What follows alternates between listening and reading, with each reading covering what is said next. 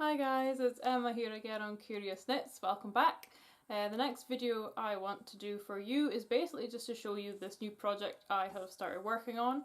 So in the last video I kind of showed you what I'd started on, but it's quite plain, just like one colour things I've been working on. New patterns for me, but just one block colour. So for this one, this is the first one I'm trying out some slightly themed work.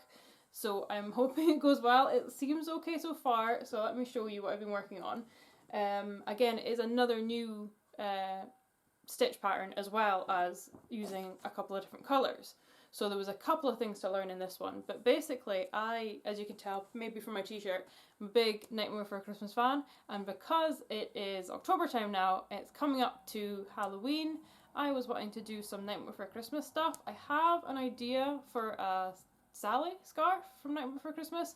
It's been in my head for a few weeks now and I'm trying to figure out how I want to do it. So when I do finally start that one, I will do a video and tell you guys what I'm doing.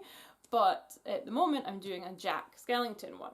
So this pattern, now as you can notice, it's thinner and I'm going to talk about that in a second. But it's black and white Jack Skellington colours. So it's nothing crazy, it's just going to be black and white stripes. So the other thing that's different with this one though is not just that I'm adding in a colour, it's that, as I said, I'm trying a different pattern. So this one, as you can see, hopefully, is the Stockinette Stitch. But what's interesting is mostly when people do a Stockinette Stitch, it's basically stockinette on one side and then just if you flip it around it's garter on the other side. And I don't like that. I want everything to be the same on both sides because I just think that kind of just looks a bit not great. So basically what I found online, and I will pop a link below to the video I found it on, is a double stockinette stitch, which means it's stockinette on one side and the other side, which I think is really cool. And the other thing, which I didn't know this would happen until I did it, so again, I'm letting you guys know this now through my trial and error, is that when I'm switching colours, again, a lot of videos will mention the fact that basically when you're changing colours from one colour to another, you'll do your row and then carry on, but you'll have one side of the scarf that's the good side of the scarf and then one side which is the bad side. So basically you'll have, like, on the other side a line. See if I can show you what I'm meaning here.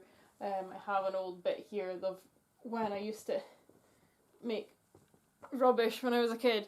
So basically you'll have one, there we go. So this is the good side, where it's just a seamless join, it looks like. But then on the other side, this is garter stitch, by the way. But on the other side, this is the bad side. So you'll have that line of the red and the blue mixed in together. Okay, so this side is the good side, where it's all looks like it's just seamlessly joined together. And this side is the bad side, and it's got that line there. Now, with a lot of stitches that I have looked up so far, the patterns, it seems like no matter what stitch you're trying, it's going to be one good side and one bad side. And you better hope like hell that you remember which side you're on to change, or you're going to have bad, good, bad, good, bad, good, like I had on this thing. So it's not all one side's a good side and one side's a bad side, because as I say, I was a child and look at this, it's a mess. So drop stitches everywhere. So what I want to share with you though, and what I was really excited about, and as I say, did not realise until I'd done it, because I thought may as well just try it and see what happens, is with the double stockinette stitch, as you can see there, both sides are the good side. So there is no bad side, there is no line in mixing these two together. So that is awesome.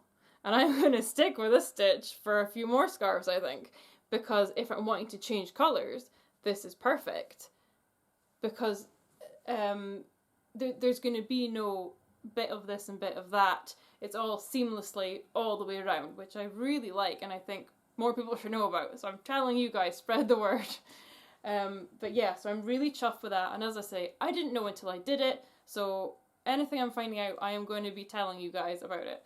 And anything you know, any tips and tricks, feel free to pop them in the comments below. So I'm working on this one. Obviously it's not done yet, but it's going to be, because it's narrower, what happened was I cast on the same amount of stitches that I did for the other scarves I've made, which are, if you saw them in the last video, wider, maybe almost twice as wide as this one. I cast on the exact same amount, but I think because of the stitch, the double stockinette, I think when you're knitting, basically with this one, you cast on in increments of 2, and when you knit the first one, but then the second one, you take your